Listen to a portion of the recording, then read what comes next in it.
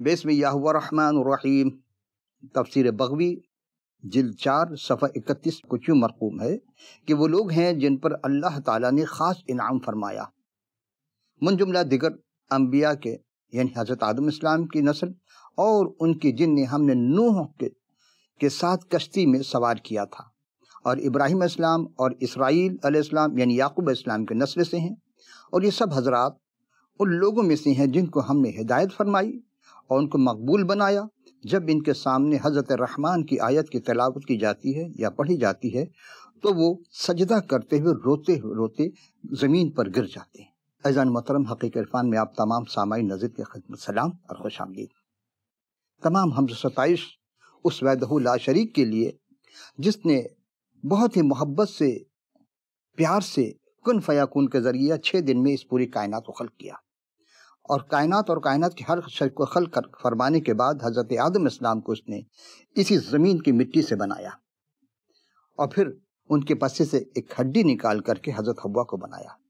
لیکن ابلیس ملعون کے بہکانے پر آ کر، جس کی وجہ سے گناہ یا ترک اولا یا حکم عدولی ہو گئی، تو رب العالمین نے گوسفند کو ذبح کر کے قربانی یعنی خون بہا کر معافی دی، اور اس کی کھال کا کرتا بنا کر دونوں کو پہنایا۔ اور پھر چونکہ یہاں آدم سے خطا ہوئی، تب اس پیار کرنے والے اس خدائے عز و جل نے فرمایا کہ اب پہلا آدم سے گناہ سرزد ہو گیا، لیکن پچھلا آدم کی اس گناہ کی معافی ہوگی، وہ باعث نجات ہوگا۔ رب العالمین نے حضرت آدم اور حوا کو دونوں کو فرزند عطا کیے، اور خدا نے دونوں سے قربانی مانگی۔ بڑے کا رد اور چھوٹے کا مقبول ہوا، یعنی قبول ہو گیا۔ خدا کی نظر میں حابیل چھوٹا پیارا ٹھہرا، اور لیکن بڑے نے حسد میں آ کر اس کا قتل کر دیا۔ عزیزاً، زمین پر یہ پہلا انسان کا قتل تھا۔ رب تعالیٰ نے اولاد سیت عطا کی، حضرت آدم سے تیسری اولاد عطا کی، حضرت سیت علیہ السلام، اور ان سے نسل چلی، کیونکہ وہ بھی خدا کی نگاہ میں پیارا تھے، اور ان کی نسل میں تمام انبیاء آئے، جن میں حضرت نوح علیہ السلام آئے۔ اور پھر زمانے میں برائیاں اتنی پھیل گئیں اس قائن یا قابیل کی وجہ سے کہ روئے زمین پر سوائے حضرت نوح علیہ السلام کے اور کوئی بھی راستہ باز نہ تھا۔ تب حضرت نوح علیہ السلام کو خدا نے کہا کہ کشتی تیار کر، کشتی تیار کی، اس میں ان کو خاندان کو اور زمین کے تمام جانوروں کو سوار کیا۔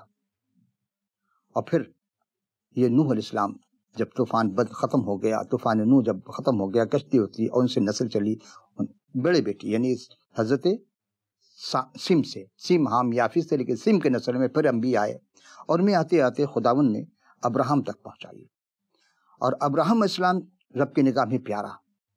اب حضرت ابراہم کو خدا نے 2 فرزند عطا کیے، ایک ہاجرہ مصری سے، اور دوسرا اس کا نام اسماعیل، یہ بڑا بیٹا کہلایا، اور دوسرا جو سارہ کا اکلوتا تھا، ابراہیم اور سارہ کا اکلوتا بیٹا جو وعدے کا فرزند تھا، حضرت اسحاق، وہ 100 سال کی عمر میں عطا کیا خدا نے۔ اور پھر جب وعدے کا فرزند بڑا ہوا تو خدا جو پیارا تھا، ابراہیم کا نظام پیارا تھا، کہا کہ اس کی قربانی پیش کرو، کیونکہ پہلے بھی لوگ بتوں کے لیے اپنے بیٹیوں کو قربان کیا کرتے تھے۔ یہاں خداوند متعال کا ایک امتحان لینا تھا حضرت ابراہیم اسلام سے۔ ابراہیم اسلام نے خدا کے حکم میں تعمیل کرتے ہوئے اپنے اس اکلوتے فرزند حضرت اسحاق علیہ السلام کو بتائے ہوئے مقام پر لے گئے اور وہاں قربانی پیش کی۔ لیکن پروردگار عالم انسان کی قربانی کو پسند نہیں فرماتے، وہ کبھی نہیں چاہتے کہ روزین پہ انسان کا قتل ہو۔ اور پھر انہوں نے اس اکلوتے فرزند حضرت اسحاق کی جگہ مینڈھا بھیجا، اس طرح بچا کر کے حضرت اسحاق علیہ السلام کو، سنت ابراہیم کو یہاں پہ قبول تو کر لیا، لیکن اس کی جگہ جانور بھیج کر کے جانور کی قربانی کو کرنا پسند فرمایا۔ گویا سنت ابراہیمی سنت الہی میں بدل گئی۔ آج تمام لوگ سنت ابراہیمی کا نام لے کر سنت ابراہیمی ادا کر رہے ہیں۔ کیا واقعی وہ ہے سنت ابراہیم؟ وہ تو خدا نے ان کو حکم دیا تھا، آپ کو کس نے حکم دیا؟ کیا خدا آپ کے پاس آیا، بیٹے کو لے کر گئے؟ کیونکہ بیٹے کو لے جانا مقصود تھا۔ ویسے ہی کرتے ہیں، رسیاں باندھتے ہیں، آگ پہ چنتے ہیں۔ یہ ایک الگ ہے کہ حضرت اسحاق علیہ السلام کو خدا نے 2 بیٹا عطا کیا جب ان کو 60 سال ہوتی ہے، اور پھر ان دونوں میں سے بڑا یوسف، چھوٹا یعقوب، اور خدا نے کہا کہ بڑا چھوٹے کی خدمت کرے گا۔ یہاں بھی دیکھیں 2 بیٹے ہیں، آپ حضرت آدم سے جب شروع کریں گے 2 بیٹے آ رہے ہیں، چھوٹا بڑا، ہمیشہ چھوٹے ہی کو عطا کیا جا رہا ہے۔ اور یعقوب یہاں یسوع نے ایک دال اور روٹی کے لیے اپنے بڑا پن کو بیچ دیا لالچ میں آ کر، اور یعقوب نے خرید لیا۔ لیکن خدا کی مرضی تھی، منشا تھی کہ یعقوب جو ہے وہ اس عہدے کا پاسبان ٹھہرے، یہ عہدہ اسے پیغمبری کے تاج کے سر پر ڈالا جائے۔ اور حضرت اسحاق کی تمنا تھی کہ بڑا بیٹا یعنی کہ اس عہدے پر فائز ہو یسوع، لیکن چونکہ وہ اپنا عہدہ بیچ چکا تھا، لیکن حکم پروردگار تھا کہ اسحاق کو ملے، اسحاق کے چھوٹے بیٹے یعقوب کو ملے۔ حضرت یعقوب کو یہ عہدہ ملا، لیکن چونکہ رب تعالیٰ کا اٹل فیصلہ رہا کہ بڑا چھوٹے کی خدمت کرے گا، سو دیکھتے ہیں کہ رب العالم کے نظر میں یعقوب پیارا ٹھہرا اور انہی کو تاج نبوت عطا کی گئی۔ گویا کہ حضرت اسحاق جو وعدے کے فرزند تھے، انہی کے نسل میں نبوت، کتاب، علم، حکمت اور بادشاہت عطا کی گئی۔ اور حضرت یعقوب کے سلسلے سے چلتے ہوئے 12 بیٹے خدا نے ان کو عطا کیے، لیکن چھوٹا بیٹا پھر وہی بات آئی کہ حضرت یوسف کو نبوت عطا کی گئی۔ گویا کہ ابراہیم علیہ السلام کے نسل میں اسحاق کی نسل کے ذریعہ ابراہیم، یعقوب، اسحاق اور یعقوب کے نسل میں خدا نے یہ ساری چیزیں عطا کی، اور یہ سلسلہ چلتا ہوا یسی تک پہنچا۔ یسی کون؟ یسی کے بھی کئی بیٹے تھے، لیکن سب سے چھوٹا بیٹا حضرت داؤد، وہ خدا کی نگاہ میں وہ فرزند عطا کیا تھا، اور وہ خدا کے لیے وہ پیارا ٹھہرا۔ اور پھر یہ ہوا کہ حضرت داؤد جب پیارا ہوئے تو اس سلسلہ داؤد تک جب پہنچا، حضرت داؤد کے کو بھی کئی فرزند عطا کیا رب العالمین نے، یہ سلسلہ حضرت داؤد تک پہنچا۔ ہم جب حضرت داؤد السلام کے جب حیات طیبہ پیش کریں گے تو اس میں بہت ساری چیز پیش کریں گے، لیکن یہ بات کہ حضرت داؤد کی نگاہ میں کون پیارا تھا، ان کے بھی کئی فرزند تھے، تو حضرت سلیمان آئے، ان کو بھی بادشاہت ملی، نبوت ملی، اور ایسی بادشاہت کسی کو نہیں ملی۔ تو حضرت داؤد کے نظر جب سلمان پیارا ہوئے تو سلمان کے کئی بیٹے آئے، لیکن نبوت پھر کہاں چلی؟ آتے آتے یہ سلسلہ حضرت داؤد کی اصل اور نسل میں ایک خاتون آتی ہیں۔ ابتدا میں رب العالمین نے، آپ نے کئی بار میں عرض کر چکا، ابتدا میں رب العالمین نے کہا تھا جب حضرت آدم حوا کو زمین سے وہاں سے نکال رہے تھے باغ عدن سے، تو فرمایا تھا کہ میں تیرے درمیان عورت کے درمیان، سانپ سے کہا تھا کہ تیرے اور عورت کے درمیان، تیرے اور نسل عورت کے نسل کے درمیان میں عداوت ڈالوں گا۔ اب وہ عورت حضرت داؤد اسلام کے نسل اور اصل سے ہوتے ہوئے پہنچی یہاں تک، ان کا نام بی بی مریم مقدسہ سلام اللہ علیہا ہے۔ تو قرآن میں سورہ بقرہ آیت نمبر 253، تیسرا پارہ جہاں شروع ہو رہا وَتِلْكَ الرَّسُولَ فَضَّلْنَا عَلَىٰ بَعْضِهِمْ بَعْضٍ، اس میں یہ آیت ہے کہ وَآتَيْنَا عِیسَىٰ ابْنَ مَرْیَمَ الْبَیِّنَاتِ بِرُوحِ الْقُدُسِ، اور ہم نے مریم کے بیٹے عیسیٰ کو صریح یعنی کہ معجزے دیے اور روح القدس کے ساتھ اسے قوت دی۔ یعنی اور کتاب مقدس میں یعنی کہ جو کواری تھیں، خدا نے جیسا فرمایا تھا روح القدس کے وسیلے سے حاملہ قرار پائیں، اور ان کا بیٹا جس کے بارے میں 800 سال قبل مسیح حضرت یسوع السلام نے اپنے صحیفے کے 7ویں رکوع کی 14ویں آیت میں یوں مرقوم ہے کہ اس کا نام ایمانویل ہوگا۔ دیکھو خدا تم ایک نشان عطا کرے گا کہ کنواری حاملہ ہوگی اور اس کا بیٹا ہوگا، اس کا نام ایمانویل رکھیں گے، جس کے معنی خدا ہمارے ساتھ ہے۔ اور پھر انجیل مقدس میں، اناجیل میں اور تمام اس میں یہ ہے کہ اس کا نام یسوع المسیح ہوگا، یعنی یہ اپنے لوگوں کو نجات دلانے والا ہوگا اور نجات دلائے گا۔ قرآن شریف میں تقریباً 24 مقام پر حضرت عیسیٰ ہے، اور مسیح جو ہے 11 مقام پر استعمال کیا آیا ہے۔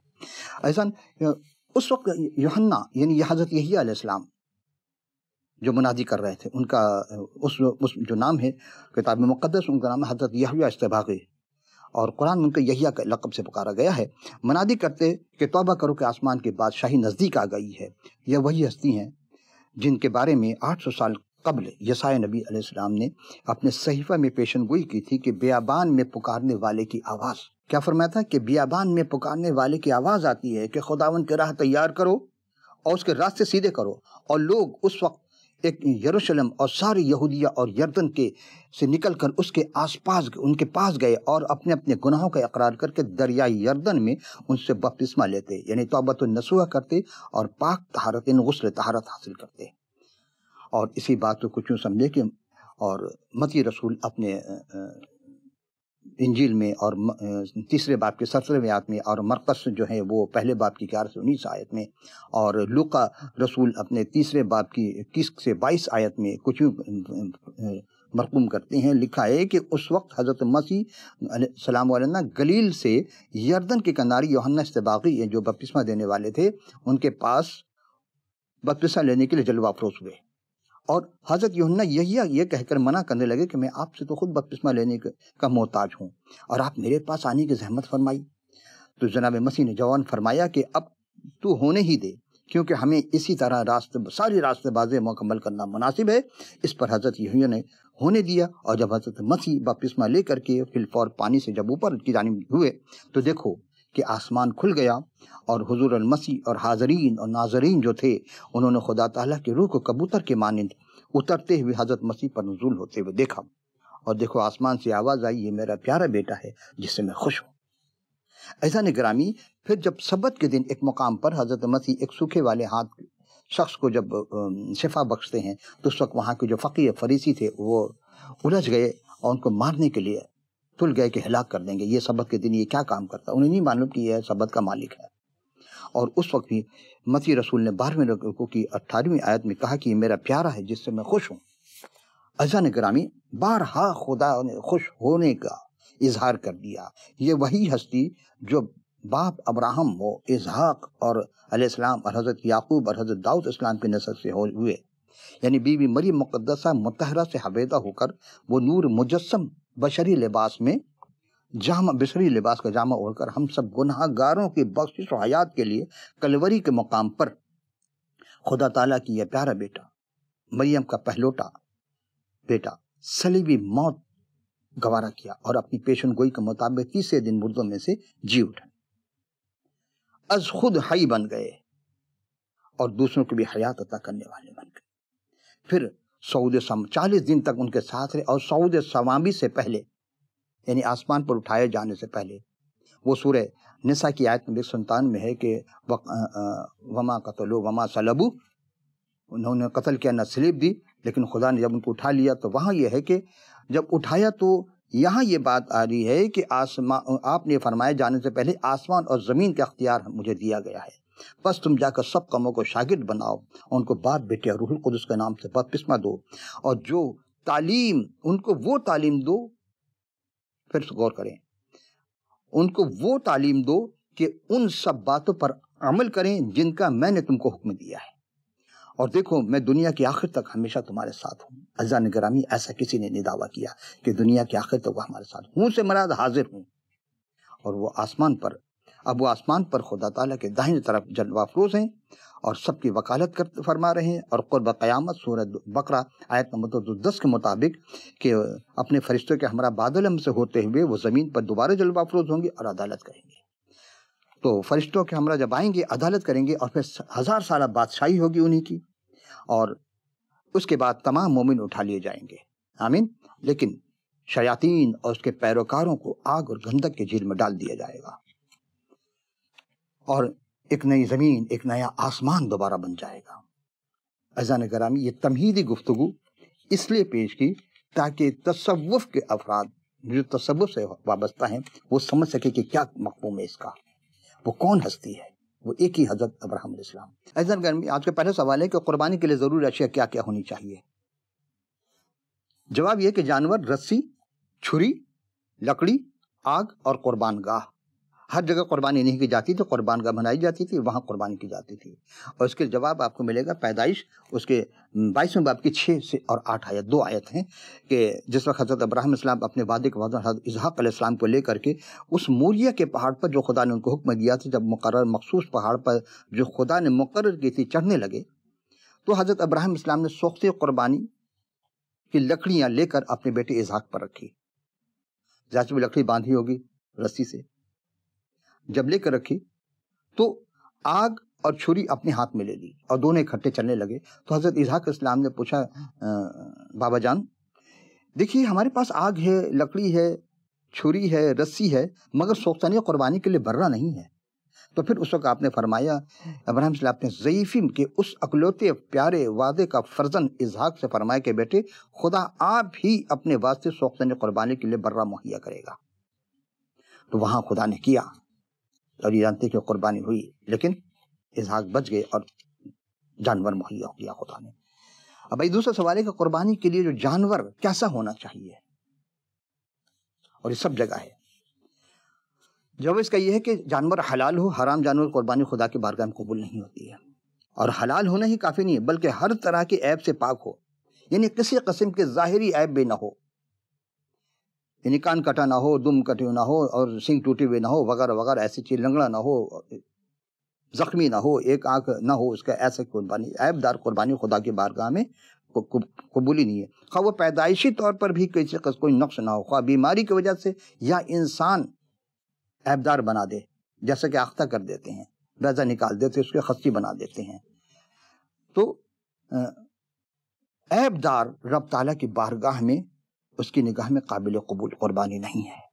تو قربانی کے لیے بے عیب برہ خدا کی بارگاہ میں قبول ہوتا ہے، لیکن جب خدا نے اپنے بیٹے حضرت اکلوتے بیٹے خدا یسوع مسیح کو جب کلوری کے مقام پر قربان کروا دیا، وہ بے عیب برہ کی طرح اپنے آپ کو قربان کر چکے۔ اب ذاتی قربانی جو کلوری کے مقام پر ادا کر گئی، اب مسیحیوں کے ہاں ایسی کوئی خطا کی، جرم کی، نظر کی قربانی یا سلامتی کے ذبیحہ یا سوختن قربانی کی ضرورت نہیں پڑتی۔ باقی سارے کر رہے ہیں، لیکن چونکہ حضرت مسیح کو ماننے والے ہیں وہ یہ قربانی نہیں کرتے۔ آئیے اب ہم دیکھتے ہیں تیسرا سوال۔ ایسا نگم تیسرا سوال یہ ہے کہ حضرت ابراہیم السلام نے قربان گاہ تیار کرنے کے بعد کون سی قربانی پیش کی؟ دیکھیے اسلامی شریعت کے مطابق 2 قربانیاں سر انجام دی جاتی ہے، یہ 3۔ پہلی قربانی اس کا نام عقیقہ ہے۔ جب کوئی بچہ پیدا ہوتا ہے تو اس کے صحت و سلامتی کے لیے ولادت کے 7ویں دن اس کو قربانی کرتے ہیں، بعض 8ویں دن کرتے ہیں، بعض سال بھر میں کرتے ہیں، یعنی جس کی جیسی استطاعت ہوتی ہے۔ حالانکہ عمر کے آخری زندگی کے آخری ایام تک بھی وہ قربانی کر سکتا ہے، اگر والدہ نے نہیں کیا تو سخت کرنا ہوتا ہے، اس کا نام ہے عقیقہ۔ دوسری ہے خطا کی قربانی۔ حج یا عمرے کے درمیان اگر اس حاجی صاحب سے یا میں سے کوئی غلطی ہو جائے ایسی، تو اس کے لیے پہلا حکم ہے کہ قربان کرے، کوئی جرمن قربانی کرے، اور اگر نہیں کر سکتا تو پھر وہ روزہ رکھے، یتیم اور مساکین کو کھانا کھلائے، کپڑے دے، وغیرہ وغیرہ۔ اور ہم دیکھتے ہیں کہ پہلی اور اس کے بعد پھر جو حج کے موقع پر قربان کی جاتی ہے وہ قربانی ہے جو ہر سال پوری دنیا میں مسلمان اسلامی روایت کے مطابق کرتے ہیں۔ توریت مقدس کا 3 سورہ، اس کی پہلی رکوع سے لے کر کے 7ویں رکوع تک، یعنی ابواب تک 5 قسم قربانی کا ذکر ہے۔ اور وہ قربانی ہم نے شروع میں آپ سے کہا تھا کہ تصوف کی نگاہ سے دیکھیں گے کہ وہ کون سی قربانی ہوتی ہے۔ تو قربانی کا اقسام کیا ہے، نام کیا ہے؟ اس میں جو 5 قربانی تھی، پہلے سوختن قربانی، نظر کی قربانی، سلامتی کا ذبیحہ، اور خطا کی قربانی، جرم کی قربانی، اور پھر سوختن قربانی جہاں جلا کر راکھ کر دی جاتی ہے۔ اب آئیے ہم آپ کی خدمت میں تصوف کے اعتبار سے جو چیز ہے وہ ہم پیش کریں۔ ایسا نگرامی قربانی کا نام آپ سماعت فرما چکے کہ سوختن قربانی، نظر کی قربانی، سلامتی کا ذبیحہ، خطا قربانی، جرم قربانی۔ خیمہ اجتماع کی رسوم کا بڑا حصہ اس میں کسی ایک قربانی کو یا ان کے اشتراک پر مشتمل ہوتا تھا۔ اس کا ترتیب وار ذکر جو ہم نے پیش کیا آپ سے کہ سوختن یہ ہے کیا چیز۔ آپ تصوف کی نگاہ میں دیکھیں گے، تصوف میں ہے کہ احدیت، وحدیت، واحدیت دائرہ بنایا جاتا ہے۔ احدیت، وحدیت، واحدیت، اسلام سے روح، خفی، اخفا۔ بعض لوگ دائرہ بناتے ہیں اس طریقے سے، اور وہ 6 دائرے میں بنتے ہیں، 5 دائرے بنتے ہیں۔ تو 3 دائرہ جو بنتا ہے اوپر کا وہ وحدیت، احدیت، وحدیت، واحدیت، یہ خدا تعالیٰ کے لیے ہے۔ یہ جب ہم آپ کو نقشہ دکھائیں گے اسکرین پر اسی دوران تو پھر آپ کو واضح ہو جائے گی کہ ہاں یہ کیسے سمجھ میں آئے گا۔ احدیت یعنی یہ خدا باپ کو ظاہر کرتا ہے، وحدیت خدا بیٹا، اور واحدیت خدا روح القدس۔ 3 اقانیم ہے اس کے۔ اب چونکہ وہاں جرم ہے کہنا کہ ہم نہ باپ کہہ سکتے نہ بیٹا کہہ سکتے ہیں، لہذا احدیت، وحدیت، واحدیت کو صیغہ راز میں رکھ کر کے بات وہی بتائی جاتی ہے کہ دائرہ احدیت میں احدیت، وحدیت، واحدیت یہ تینوں خدا ہے، ایک ہی ہے۔ اقانیم 3 الگ نام ہیں لیکن ایک ہے، یہ واحد ہے۔ اسی طرح یہاں بھی اس کے بعد اجسام یعنی سر، جسم ہے، اور اس کے بعد ہم چلتے روح، خفی، اخفا۔ اس کو دیکھنے کے لیے کہ پہلے خدا تک رسائی حاصل کیسے کریں گے ہم، تو یہاں بھی خدا تعالیٰ گویا کہ خود اپنے آپ کو ان سے گھیرے ہوئے ہے، اور انہیں اپنے تک رسائی کا وسیلہ ٹھہرایا ہے کہ خدا پہلے خدا ہے، پھر سوختنی قربانی، پھر نظر کی قربانی، پھر سلامتی کے ذبیحہ، خدا کی قربانی، جرم قربانی. اور ہم اس کو مرکز سے باہر کو جائیں گے. مرکز کیا؟ ہمارا مرکز خدا ہے. کہیں بھی آپ جائیں گے توحید میں تو وہ مرکز ہمارا خدا ہوتا ہے. کوئی بھی جماعت اسلامی ہو یا توحید پرست ہو، دیکھیں جماعت دو قسم کے، پوری دنیا میں دو قسم کے لوگوں کو منقسم کیا گیا. ایک وہ جو ایماندار ہیں، اب ایمانداروں میں یہود ہیں، نصارہ ہیں جنہیں آپ مسیح کہیے، اور تیسرے ہیں مسلمان. اس کے علاوہ جتنے بھی ہیں وہ غیر ایماندار کہلاتے ہیں. ایماندار اور غیر ایماندار یہی تو طبقہ. لیکن پریشانی یہ ہے، مشکل یہ ہے کہ یہود اور نصارہ کو ایماندار ہی نہیں مانا جا رہا ہے. یہ کس کی غلطی ہے؟ جبکہ قرآن میں ہے کہ جو بھی اپنے زمانے کے اللہ پر ایمان، خدا پر ایمان، اور اس کے رسول پر ایمان، کتاب پر ایمان، قیامت پر ایمان رکھتا ہے تو وہ نجات یافتہ ہے. یہ ہم سے کس نے کہا کہ یہ جو اہل کتاب ہیں وہ ایماندار نہیں، کافر ہیں؟ آپ ان کے ذرا پوچھیں تو صحیح، قرآن میں کہاں لکھا ہے کہ اہل کتاب کو کافر قرار دیا گیا ہے؟ آئیے اب ہم دیکھتے ہیں کہ ہم جب مرکز کو جائیں گے پھر باہر آئیں گے، یعنی باہر سے پھر مرکز کی طرف آئیں گے. تو اس قربانی کا مقصد ہے کہ پہلے مسیح کو دیکھیں گے کہ پھر نجات کی راہ کو ہمارا مرکز خدا ہے. تو مرکز سے باہر کی طرف بڑھتے ہوئے ان قربانیوں کو مسیح کو دیکھتے ہیں جو خدا کی طرف سے آدمیوں کے نجات کے لیے آئے تھے. کہ پہلے خدا، پھر سوختنی قربانی جو حضرت ابراہیم اسلام نے عطا کی، پھر نظر کی قربانی، پھر سلامتی کی ذبیحہ، پھر خطا کی قربانی، پھر جرم کی قربانی.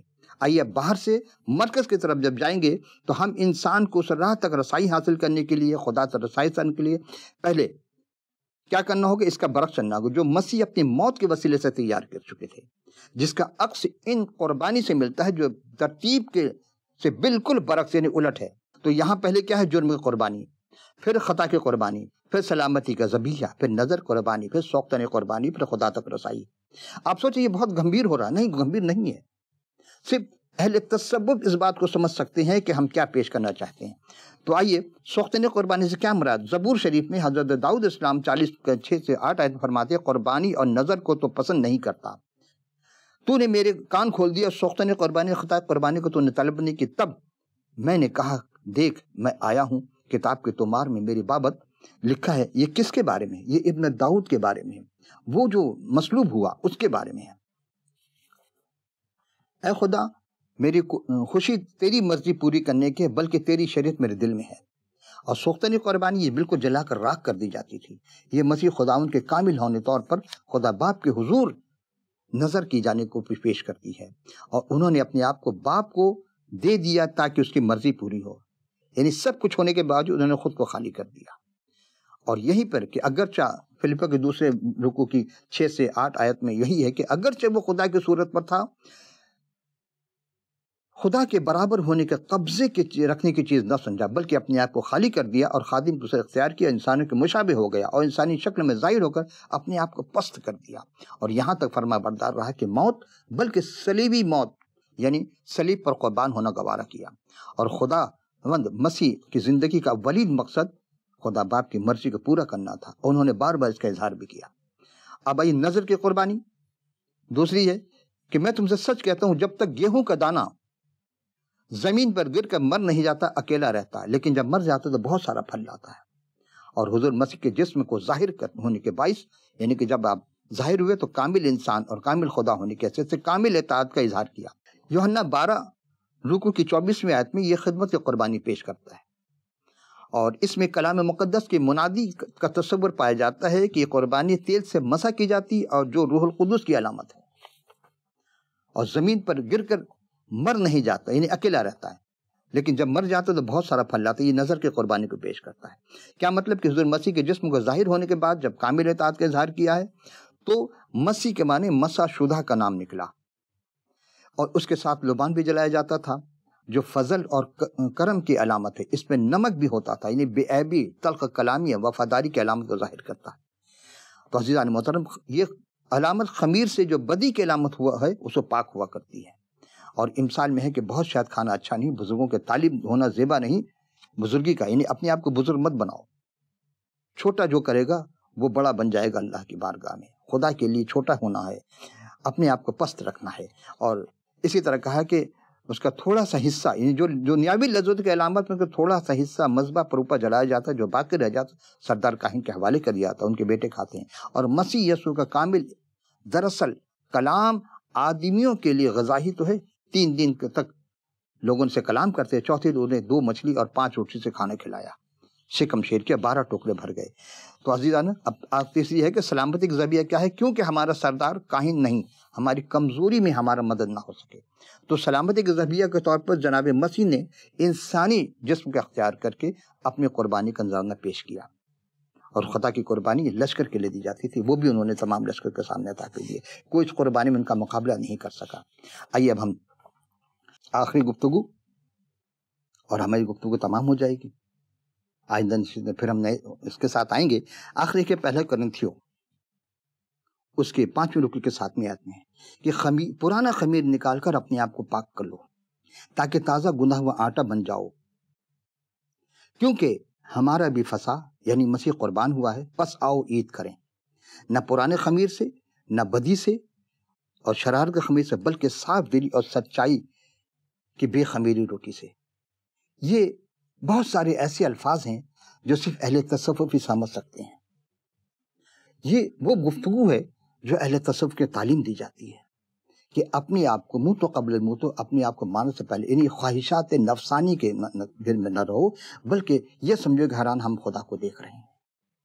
تو اس ذات اقدس جو دوبارہ دنیا میں آنے والی ہے، جب اس کی آمد ہوگی تو ہم کیا استقبال کے لیے تیار ہیں؟ ہم وقت قربانی دے رہے ہیں، ہم اپنی کسی چیز کو قربانی پیش کر رہے ہیں؟ ہر طرف دکھاوا ہے، خدا کو دکھاوا پسند نہیں ہے۔ ہمیں خالص ہو کر کے، پاک ہو کر کے اس کے بارگاہ میں حاضر ہونا۔ عزیزان گرامی، آج کی گفتگو تصوف کے عنوان سے تھی۔ ہم نے اہدیت، وحدیت، واحدیت، اسلام سے روح، خفی، اخفا اور قربانی کو بتایا۔ اور آج کی نشست یہاں ہم اختتام کرتے ہیں۔ آپ کے ذہن میں کوئی بھی سوال ہو آپ ضرور کیجیے گا۔ اسکرین پر جو چیز دکھائی جائے گی، واٹس ایپ ہو، ٹیلی فون نمبر ہو، وہ آپ ہم سے رابطہ کر سکتے ہیں۔ آپ کے پاس کتاب مقدس نہیں ہے تو آپ ہمیں پورا پتہ لکھ بھیجیے، ہم فی سبیل اللہ آپ کی خدمت میں ارسال کر دیں گے۔ تو آئندہ نشستیں پھر حاضر ہوں گے، اس وقت تک کے لیے اجازت، خدا حافظ و ناصر۔